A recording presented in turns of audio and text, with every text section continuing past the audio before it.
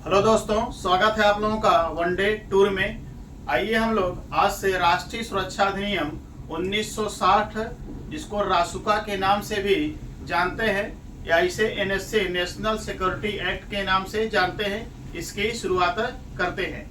ठीक है, तो हमारा आज का टॉपिक है राष्ट्रीय सुरक्षा अधिनियम 1980।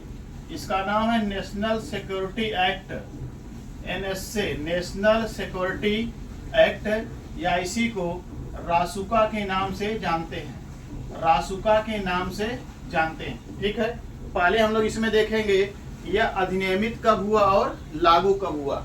तो राष्ट्रीय सुरक्षा अधिनियम अधिनियमित हुआ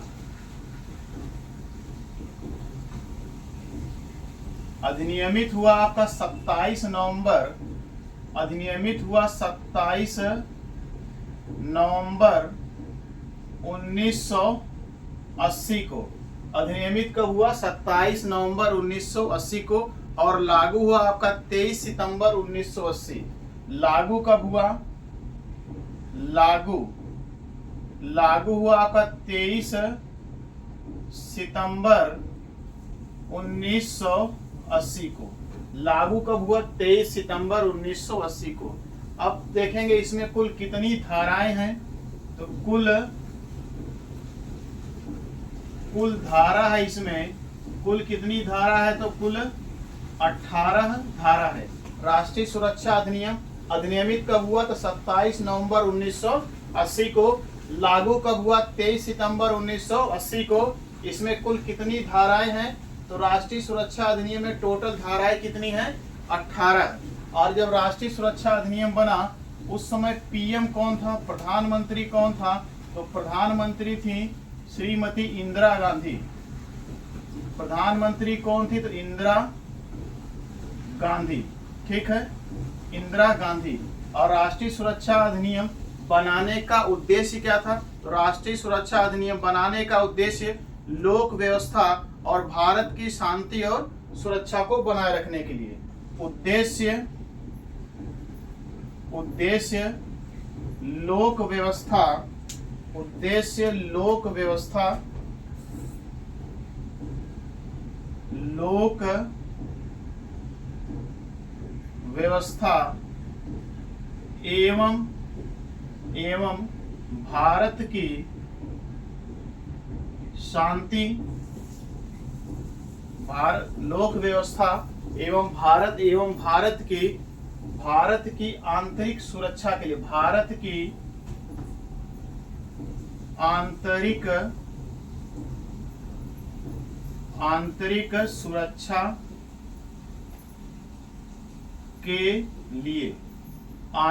सुरक्षा के लिए राष्ट्रीय सुरक्षा अधिनियम एनएसए का उद्देश्य क्या है? लोक व्यवस्था एवं भारत की आंतरिक सुरक्षा के लिए। धारा कुल कितनी है? तो टोटल धारा कितनी है? 18। अधिनियमित कब हुआ? तो 27 नवंबर 1980। और लागू कब हुआ? तो 23 सितंबर 1980। ठीक है, अब हम लोग पढ़ेंगे धारा 1। धारा 1। अब धारा 1 में क्या है? तो धारा 1 में इसका नाम व विस्तार। धारा 1 में क्या है? नाम व विस्तार। नाम व विस्तार। धारा 1 में क्या है? नाम व विस्तार। विस्तार है इसका संपूर्ण भारत। विस्तार है संपूर्ण भारत में। 31 अक्टूबर 2019 से पहले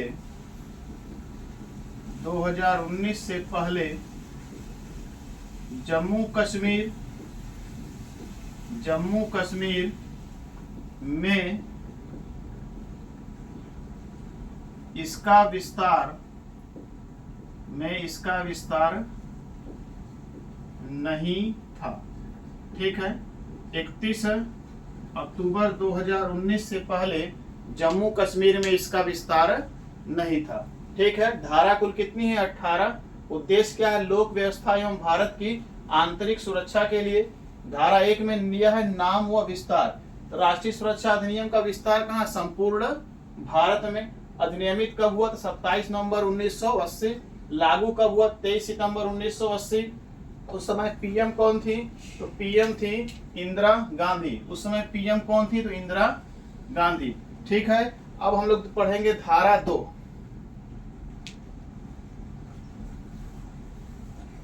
धारा 2 में दिया इसकी परिभाषा। ठीक है, धारा 2।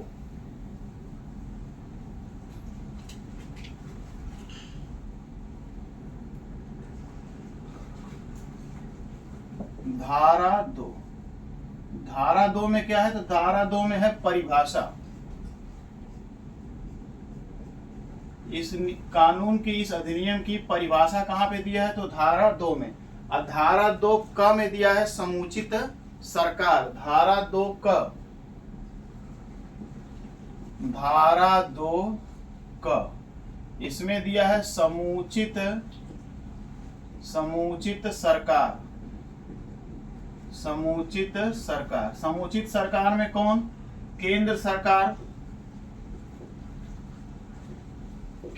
सरकार, व राज्य सरकार। केंद्र सरकार व राज्य सरकार, जो उचित हो,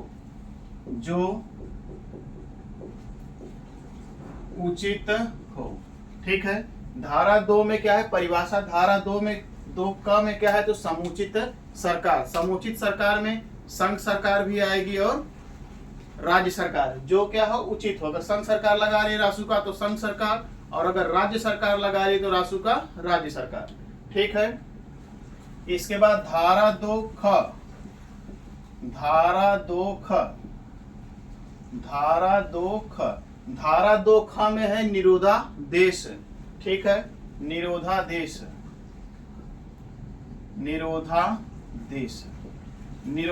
का मतलब क्या है? जिस व्यक्ति को गिरफ्तार करेंगे, उसको रोकेंगे, उसकी परिभाषा दी है धारा 2 ख में। धारा 2 ख में क्या है? किसी भी व्यक्ति को रोकने का आदेश या निरुद्ध करना, रोकने का आदेश ही निरोधादेश कहलाता है। किसी भी व्यक्ति को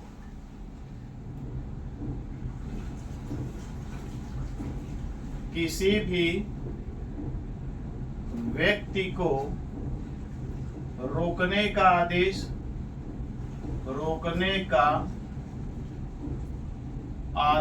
ही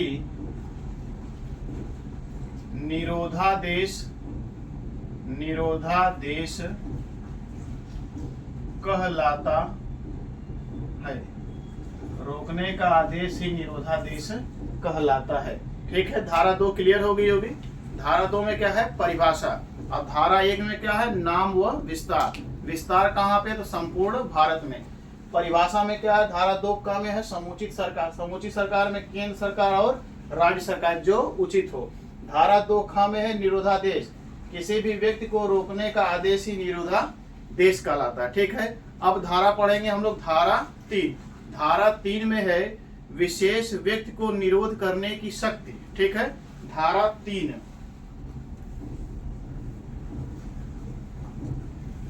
धारा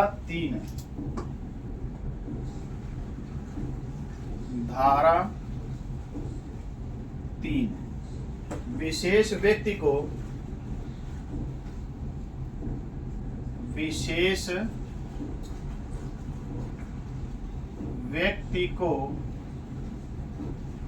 निरोधादेश करने की शक्ति। निरोधादेश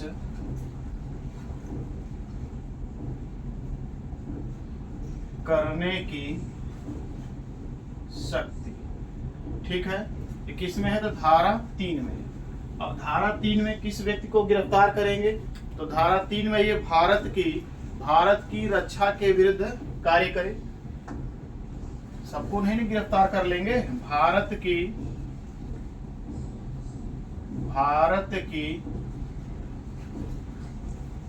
रक्षा के विरुद्ध, भारत की रक्षा के विरुद्ध कार्य करे। भारत की रक्षा के विरुद्ध कार्य करे। लोक व्यवस्था को भंग करे। लोक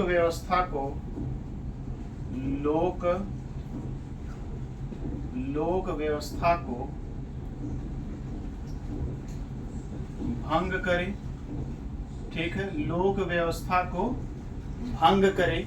कोई विदेशी जो स्वयं को भारत से भगाने का या भारत में बने रहने का प्रयत्न करता है सरकार के विरुद्ध, कोई विदेशी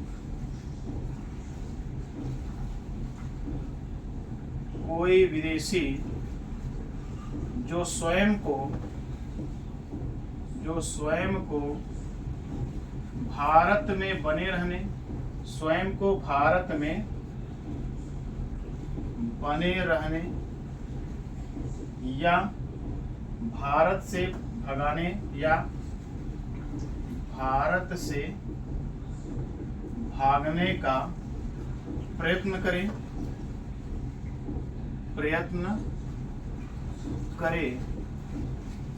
सरकार के विरुद्ध,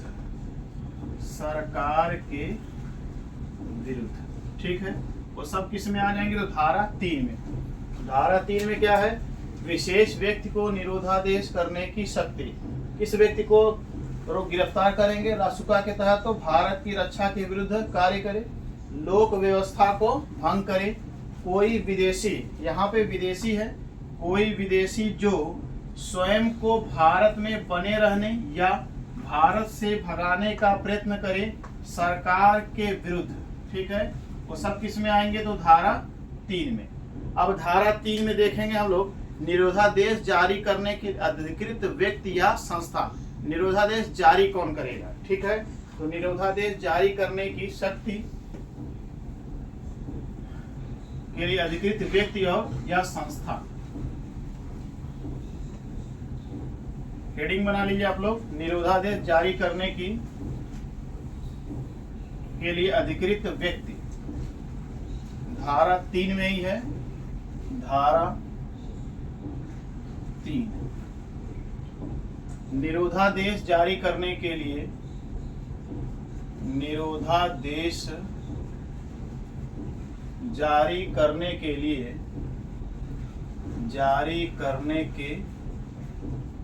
लिए अधिकृत व्यक्ति या संस्था। अधिकृत व्यक्ति या संस्था। निरोधादेश जारी करने के लिए अधिकृत व्यक्ति या संस्था, ठीक है। तो इसमें होंगे जिला दंडाधिकारी, पुलिस कमिश्नर, राज्य सरकार। इसे पहला होगा जिला दंडाधिकारी।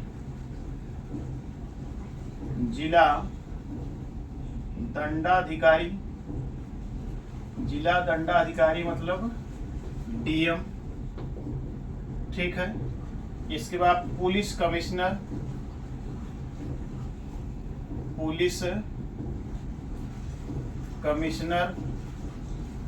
पीसी साहब। राज्य सरकार,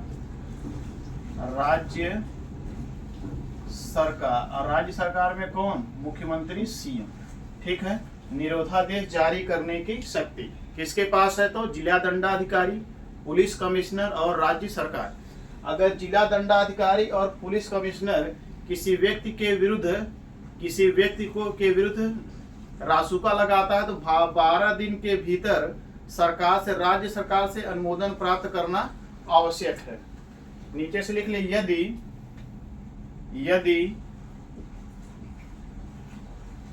जिला दंडाधिकारी या पुलिस कमिश्नर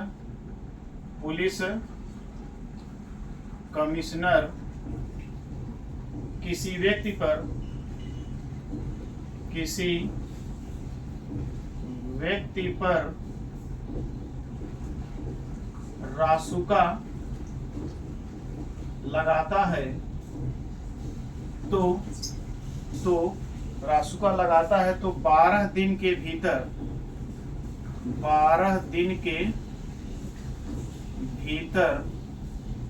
राज्य सरकार से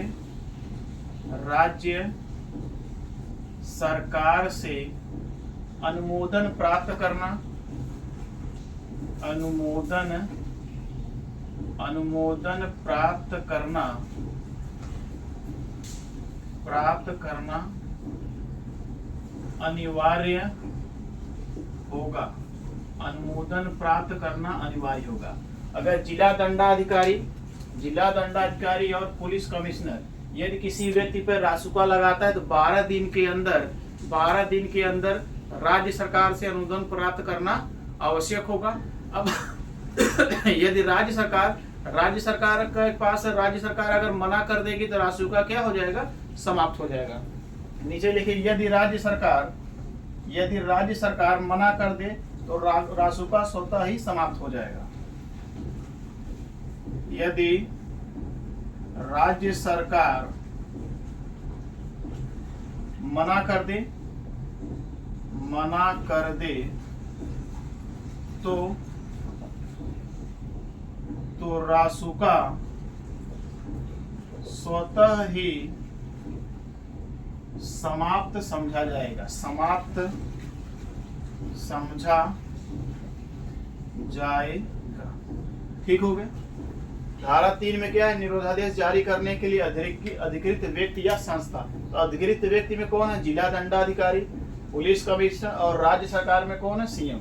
अगर जिला दंडाधिकारी, पुलिस कमिश्नर किसी व्यक्ति पे रासुका लगाता है तो 12 दिन के भीतर राज्य सरकार से अनुमोदन प्राप्त करना क्या होगा, अब अनुमोदन प्राप्त करना अनिवार्य है। अब यदि राज्य सरकार अगर मना कर देगा तो रासुका स्वतः क्या हो जाएगा, राज्य सरकार मना कर देगा तो रासुका स्वतः समाप्त हो जाएगा।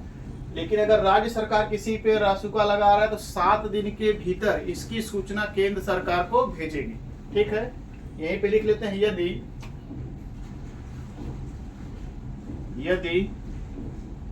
राज्य सरकार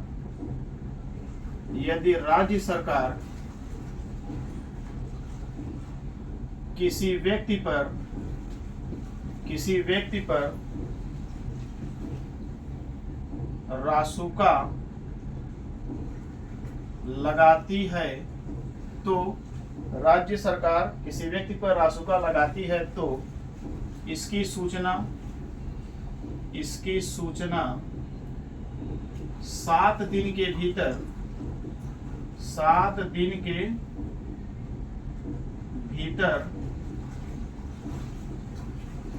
केंद्र सरकार को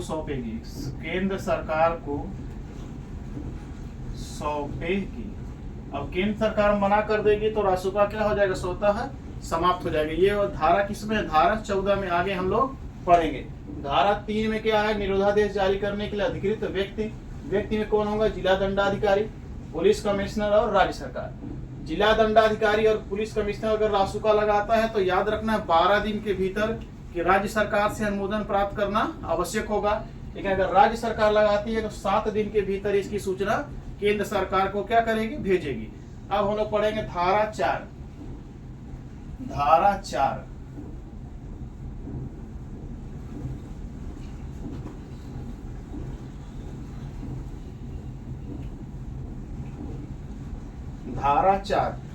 4 में है कि वारंट गिरफ्तार करने के लिए वारंट प्रक्रिया को क्या किया जाएगा, अपनाया जाएगा।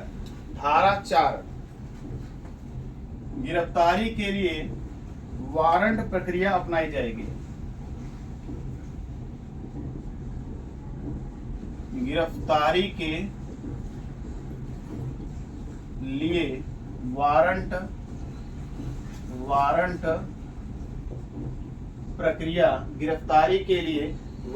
प्रक्रिया अपनाई जाएगी।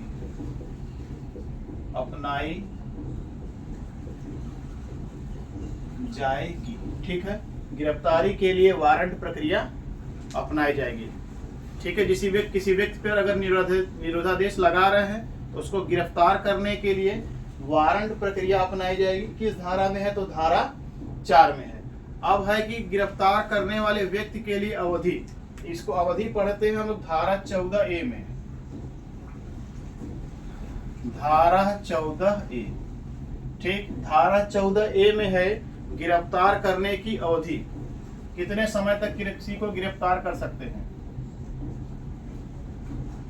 गिरफ्तार करने की अवधि,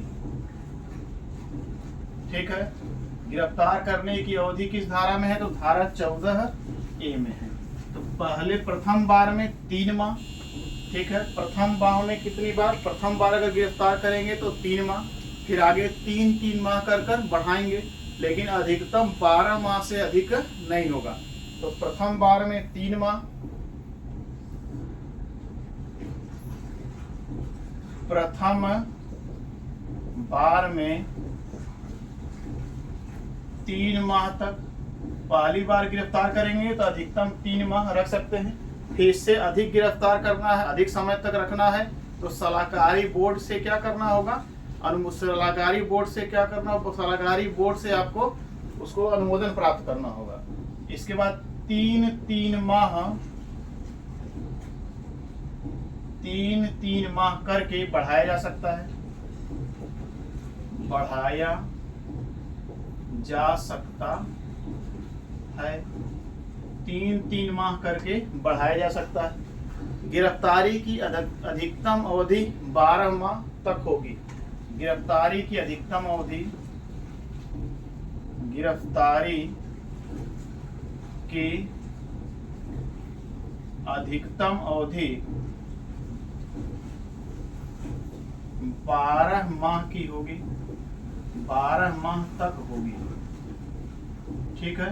अधिकतम अवधि कितनी होगी, 12 माह तक होगी। और ये 12 माह तक ये किस धारा में है, ये धारा है आपकी धारा 13 में, ठीक है। ये धारा क्या है, 13, धारा क्या है, ये 13, ठीक है। क्लियर हो गया होगा। गिरफ्तार करने की अवधि किस धारा में, तो धारा 14A में। पहली बार में कितने माह तक गिरफ्तार करेंगे, तो 3 माह तक, 3 माह करके आगे बढ़ाया जा सकता है। अब गिरफ्तार की अधिकतम अवधि कितनी माह होगी, 12 माह। अब गिरफ्तार की अधिकतम अवधि किस धारा में लिखी है, तो धारा 13 में, ठीक है। अगर 3 माह से अधिक समय के लिए किसी को गिरफ्तार करना है तो सलाहकारी बोर्ड से अनुमोदन प्राप्त करना आवश्यक होगा। नोट करके यहीं पे लिख लेते हैं, नोट 3 माह से अधिक की गिरफ्तारी के लिए, 3 माह से अधिक, 3 माह से अधिक रखने के, 3 माह से अधिक गिरफ्तार करने के लिए, गिरफ्तार करने के लिए 3 माह से अधिक गिरफ्तार करने के लिए सलाहकारी बोर्ड,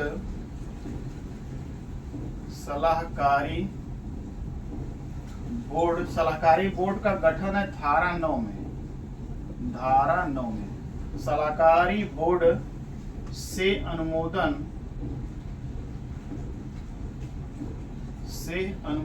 प्राप्त करना, अनुमोदन प्राप्त करना आवश्यक होगा, अनुमोदन प्राप्त करना आवश्यक होगा, ठीक है।